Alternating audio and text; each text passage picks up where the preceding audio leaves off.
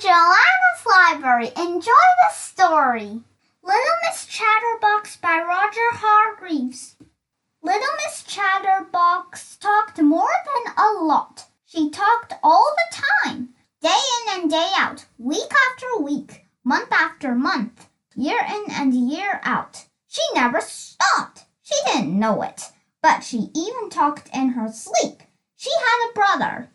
I bet you can guess what his name was, can't you? That's right, Mr. Chatterbox. She looks a bit like him, don't you think? You should have heard them when they got together. You couldn't get a word in edgeways, or sideways, or anyways. Have you ever heard about somebody being able to talk the hind leg off a donkey? Well, Mr. Chatterbox could talk both hind legs off a donkey, and his sister could talk the hind leg of an elephant. Now, this story is about the time little Miss Chatterbox decided to get herself a job, which she did, in a bank, in Happyland.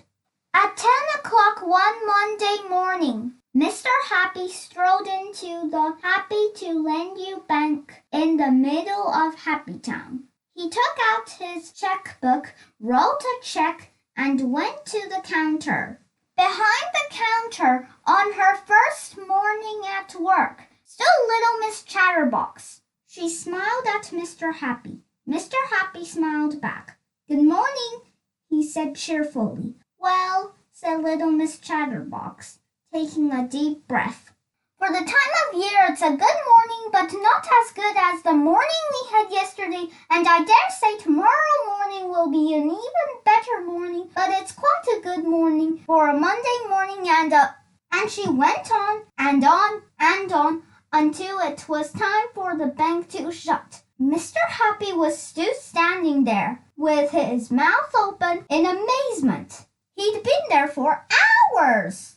"And now," continued little Miss Chatterbox, "it's time for the bank to shut and time for me to go home, so goodbye and nice talking to you," and she went home, leaving poor Mr. Happy without any money.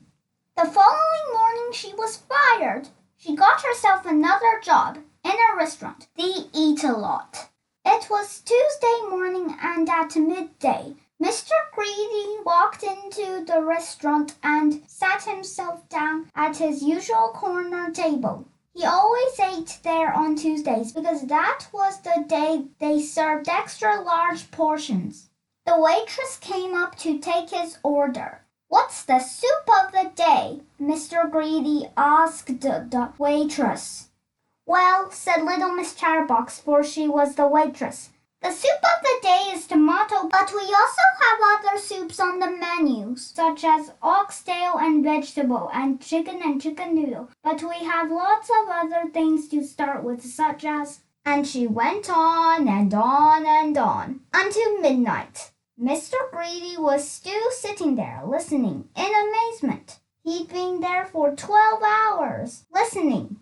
"And now," continued little Miss Chatterbox, "it's time for the Eat-A-Lot restaurant to shut and for me to go home, so goodbye and nice talking to you," and she went home, leaving poor Mr. Greedy feeling rather empty. The next morning she was fired.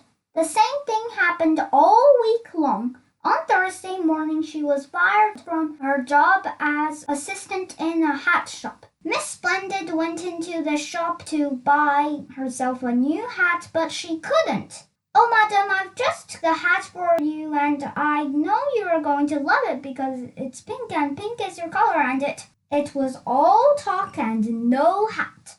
On Friday morning she was fired from her job as a secretary to Mr. Uppity. Mr. Uppity, incidentally, was the richest man in the world. I just thought you'd like to know. But poor Mr. Uppity didn't make any money the day that little Miss Chatterbox was working for him.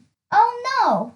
Oh, Mr. Uppity, I've never worked in an office before, and isn't it exciting? And would you like a cup of coffee? And are you as rich as everybody says you are?" And it was all talk and no work. But this story has a happy ending because At the very end of that week, little Miss Chatterbox managed to find herself a job that suited her down to the ground and up to the sky. That Saturday evening, Mr. Chatterbox was at home in Chatterbox Cottage, which was where he lived. Mr. Chatterbox was cross because his watch had stopped and he had arranged to meet little Miss Sunshine at 7 o'clock, and he had no idea what the time was.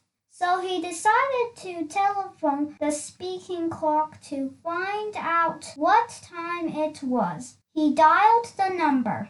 At the third stroke, it will be 6:25 and 15 seconds. Beep, beep, beep.